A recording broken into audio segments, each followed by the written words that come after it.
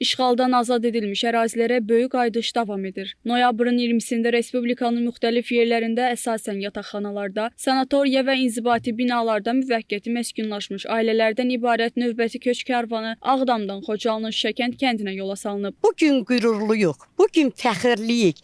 Bu sevinci, bu qüruru bizə yaşadan Ali cənab prezidentimizə Allah Taala'dan can sağlığı diləyirəm. Xalqımız daimi əmin-amanlıqda yaşasın. Həmişə bax belə Qarabağımıza köç getsin, gülər üzlər həmişə gülsün.